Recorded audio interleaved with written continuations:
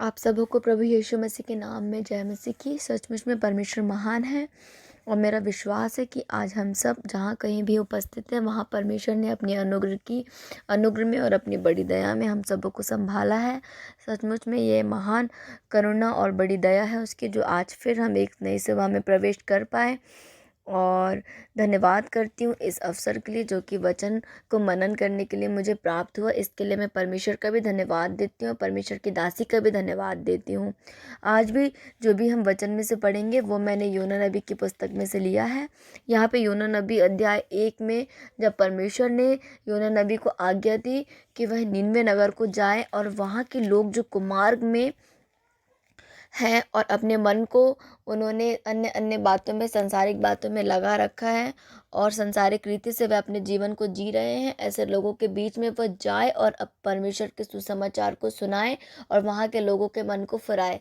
लेकिन यहाँ पे योना नबी क्या करता है, परमेश्वर की आज्ञा का उल्लंघन कर देता है, जिससे कि परमेश्वर ने कहा कि तू निनवे को चले जा, तो वह तर्शीश को चला गया।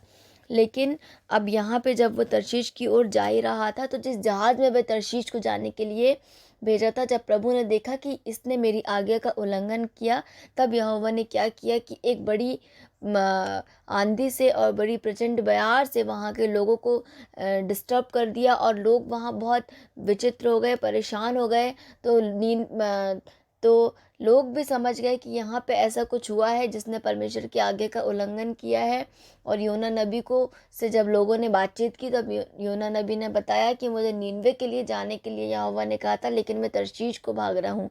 तब लोगों ने परमेश्वर से प्रार्थना करी और प्रार्थना करने के बाद उसको समुद्र में फेंक दिया। तब परमेश्वर ने वहाँ पर भी योना के लिए एक बड़े इंतज़ाम को किया और बहुत ही अद्भुत रीति से एक मगरमच्छ को तैयार किया। और लोगों ने जब उसे फेंका तो मगरमच्छ ने अपने पेट में उसे ले लिया और उसे 3 दिन 3 रात रखा।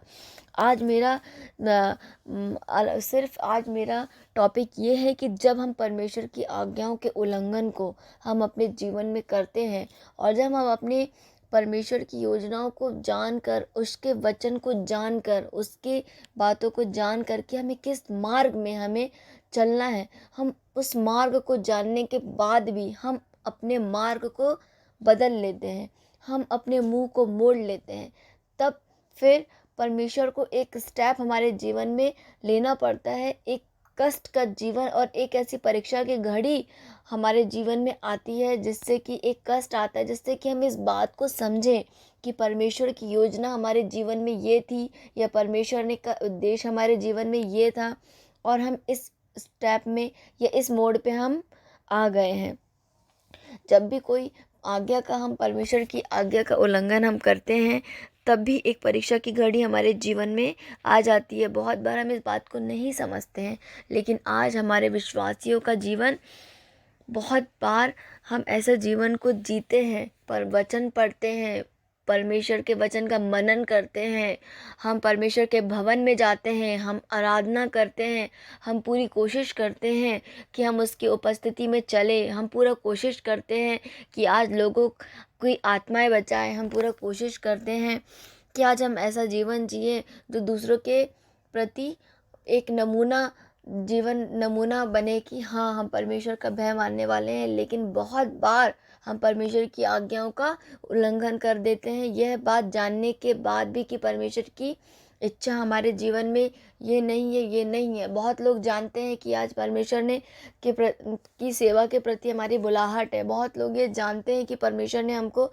अद्भुत रीति से बचाया है। बहुत लोग ये जानते हैं कि हमारे जीवन में ऐसी दुर्घटनाएं हो चुकी हैं जो जिससे परमेश्वर ने हमको बचाया, लेकिन फिर भी आज हम संसारिक रूप से अपने जीवन को जीते हैं। आज बहुत ज़रूरत है हमको इस बात को जानने की और समझने की कि आखिर परमेश्वर की योजना हमारे जीवन में क्या है। क्या हमारा जीवन आज योना के समान तो नहीं है कि परमेश्वर ने हमको विश्वास में जीवन जीने के लिए आज्ञा दिया है, परमेश्वर ने हमको उसका भय मानने के लिए कहा है, परमेश्वर ने हमको आपस में एक दूसरे से प्रेम करने के लिए कहा है, लेकिन हम दूसरी ओर अपने जीवन को फिरा रहे हैं। आज हम अपने अड़ी में अपना जीवन व्यतीत कर रहे हैं।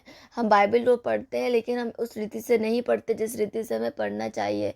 हम प्रार्थना में तो बैठते हैं, लेकिन आज हम उस मन से परमेश्वर को नहीं पुकारते जो परमेश्वर हमारे जीवन से चाहता है। उसने हमें अपने स्वरूप और समानता में बनाया है। वो परमेश्वर ने हमको अपने लहू को बहाकर हमें अनमोल रीति से मोल लिया है। आज उसका एक एक लहू का धारा हमारे लिए, बूंद एक एक लहू के उसने हमारे लिए बहा दिया कि हम बच जाएं। उसने अपने आप को गरीब बना दिया कि हम अमीर बन जाएं। लेकिन इसलिए कि हम उसकी योजनाओं को समझें, इसलिए कि हमारा मन दूसरी ओर ना फिरे, हमारा मन परमेश्वर की ओर रहे, हमारी दृष्टि परमेश्वर की ओर रहे, हम निरंतर उसको ताकते रहें। जिस प्रकार योना ने उसकी आज्ञाओं का उल्लंघन किया और उसके जीवन में परीक्षा आया, लेकिन परीक्षाओं के आने के बाद भी परमेश्वर ने उसको बचाया। आज इमेजिन करें, अगर एक मगरमच्छ को हम देख ही लेते हैं तो हमारी रूह कांप जाती है, लेकिन योना नबी ने इतने खतरनाक प्राणी के पेट से भी योना को संभाला और 3 दिन 3 रात दिन बाद उसको बाहर निकाला। क्यों? क्योंकि परमेश्वर की उसके जीवन से कुछ इच्छा थी। तो आइए आज हम अपने जीवन में इस बात को जानें, इस बात को सोचें और प्रार्थना करें कि आखिर परमेश्वर हमसे क्या चाहता है। आज ऐसा तो नहीं है कि हम परमेश्वर की योजनाओं के से विमुख होकर अपने जीवन को जी रहे हैं। आज कहीं ऐसा तो नहीं है कि जो ब्लेसिंग्स परमेश्वर ने हमारे लिए रखा है, उन ब्लेसिंग्स के पास हम पहुंच नहीं पा रहे हैं। आज हम अपनी अड़ी में अपने जीवन को जी रहे हैं। शैतान बहुत चालाक रीति से हमारे जीवन में कार्य करता है। वो चाहता ही नहीं है कि जो ब्लेसिंग्स परमेश्वर ने हमारे लिए रखी है, जो उद्धार का जीवन परमेश्वर ने हमारे लिए रखा है, उस उद्धार के जीवन तक हम ना पहुँचे। आज हमारा जीवन ऐसा होना चाहिए कि आज हम लोगों की आत्माओं को बचा सके। आज हमारा जीवन ऐसा होना चाहिए कि हम जिससे भी बात करें, सचमुच में जब वो कोई अन्य जाति का व्यक्ति हमसे बात करे तो उसको लगे हाँ, ये व्यक्ति में समस्या का समाधान है। जिस ईश्वर को यह मानता है वह अधिक सामर्थी है।